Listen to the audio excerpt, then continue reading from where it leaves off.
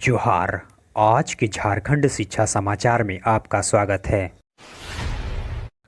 आज की पहली बड़ी खबर के साथ झारखंड लोक सेवा आयोग यानी जेपीएससी के द्वारा कुल 64 पदों पर नियुक्ति के लिए नियुक्ति विज्ञापन प्रकाशित किया गया है। जी हां, जेपीएससी के द्वारा रिम्स में तीर्थ श्रेणी के कुल 64 पदों पर नियुक्ति प्रक्रिया को शुरू कर दिया गया है। इसके तहत बैकलॉग के 34 और नियमित रिक्तियों के कुल 30 पदों के लिए 22 नवंबर से ऑनलाइन आवेदन आमंत्रित किया गया है। आवेदन देने की अंतिम तिथि 21 दिसंबर के मध्य रात्रि तक निर्धारित किया गया है। वहीं 24 दिसंबर के मध्य रात्रि तक परीक्षा शुल्क का भुगतान किया जा सकेगा। इधर राज्य के सरकारी स्कूल के बच्चे के पढ़ाई के लिए अब ई कंटेंट तैयार किया जाएगा। जी हां, इसके प्रक्रिया को भी शुरू कर दिया गया है। कक्षा 12वीं तक के कक्षावार विषयवार सभी चैप्टर का कंटेंट तैयार किया जाएगा। राज्य में कक्षा 9वीं से 12वीं तक के विद्यार्थियों के लिए पूरी तरह एनसीईआरटी का पाठ्यक्रम लागू है। ऐसे में कक्षा 9वीं से 12वीं तक के लिए एनसीईआरटी द्वारा तैयार कंटेंट ही अपलोड किया जाएगा। इसके लिए राज्य के आला अधिकारी शीघ्र ही दिल्ली के लिए प्रस्थान करेंगे। साथ ही बताते चलें कि कक्षा 9वीं से 12वीं तक के विद्यार्थियों के लिए एनसीईआरटी द्वारा तैयार किया गया ई कंटेंट ही अपलोड किया जाएगा। इधर राज्य की विधानसभा में शीघ्र ही खतियान 1932 को पारित किया जाएगा। जी हां, राज्य में 1932 के खतियान के आधार पर स्थानीय नीति बनाने की घोषणा राज्य सरकार कर चुकी है। इस संबंध में कैबिनेट से प्रस्ताव भी पास हो चुकी है। बहुत जल्द ही विधानसभा में भी इस प्रस्ताव को लाए जाने की चर्चा चल रही है। इधर झारखंड मुक्ति मोर्चा का दावा है कि यह बिल विधानसभा में भी पास किया जाएगा, लेकिन कांग्रेस के कई नेता इसका लगातार विरोध कर रहे हैं। इधर भाजपा के नेता श्री बाबूलाल मरांडी ने इसे चू चू का मुरब्बा करार दे चुका है, तो कांग्रेस के कई बड़े नेता इसके खिलाफ उतर आए हैं।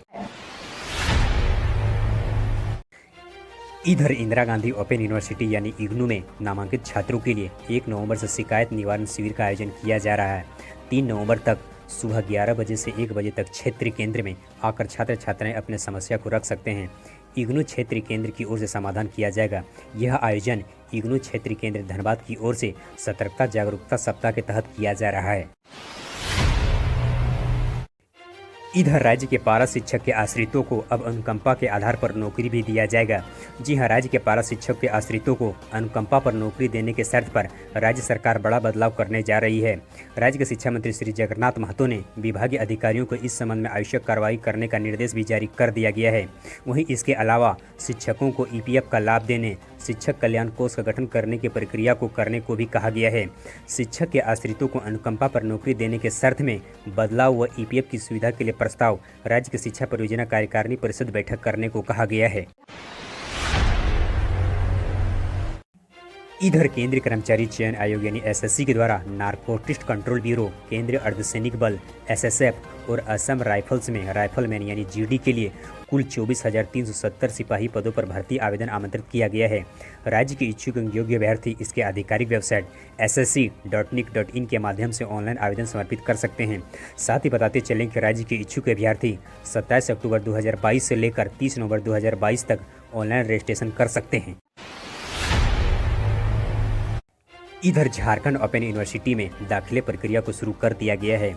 जी हां, राज्य के राज्यपाल रमेश बैस ने शुक्रवार को नामांकन प्रक्रिया को शुभारंभ किया।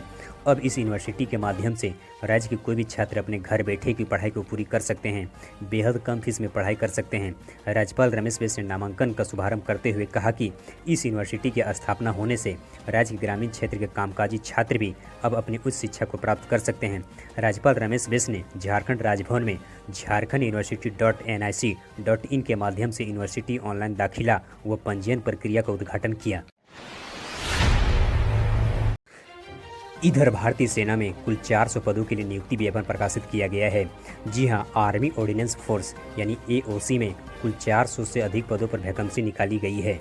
भारतीय सेना के तहत आर्मी ऑर्डिनेंस फोर्स यानी एओसी के द्वारा 400 से अधिक मटेरियल असिस्टेंट पदों के लिए नियुक्ति विज्ञापन प्रकाशित किया गया है। राज्य के इच्छुक योग्य अभ्यर्थी इसके आधिकारिक वेबसाइट के जरिए 12 नवंबर 2022 तक अपने ऑनलाइन आवेदन समर्पित कर सकते हैं। इधर राजधानी रांची के बिरसा कृषि विश्वविद्यालय के वेटनरी शिक्षकों के रिक्त पदों को शीघ्र ही भरा जाएगा।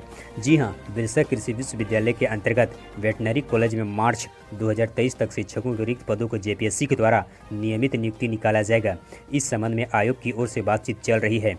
केंद्र और राज्य सरकार के प्रतिनिधि व विश्वविद्यालय के अधिकारी ने उक्त जानकारी दी है। केंद्र ने इस संबंध में आवश्यक रूप से सुनिश्चित करने को कहा है। केंद्रीय पशुपालन मत्स्य डेयरी मंत्रालय के सचिव व वेटनरी काउंसिल इंडिया के अध्यक्ष ने गुरुवार को वीडियो कॉन्फ्रेंसिंग करते हुए उक्त जानकारियां दी।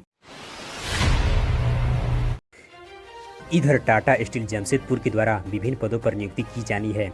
जी हां, Tata steel down stream product limited यानी कि TSDPL के द्वारा जूनियर एसोसिएट के विभिन्न पदों पर भर्ती आवेदन आमंत्रित किया गया है। बताते चले कि इन पदों पर आवेदन करने के लिए उम्मीदवारों की योग्यता किसी भी मान्यता प्राप्त संस्थान से ITI और डिप्लोमा पास होनी चाहिए।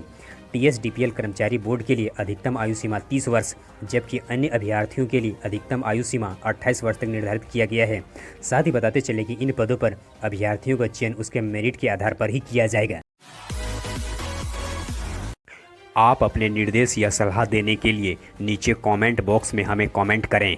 हमारे हौसला अफजाई के लिए इस वीडियो को लाइक करें और अपने मित्रों के साथ अधिक से अधिक शेयर करें। हम फिर मिलते हैं कल के अपडेट्स के साथ, तब तक के लिए धन्यवाद।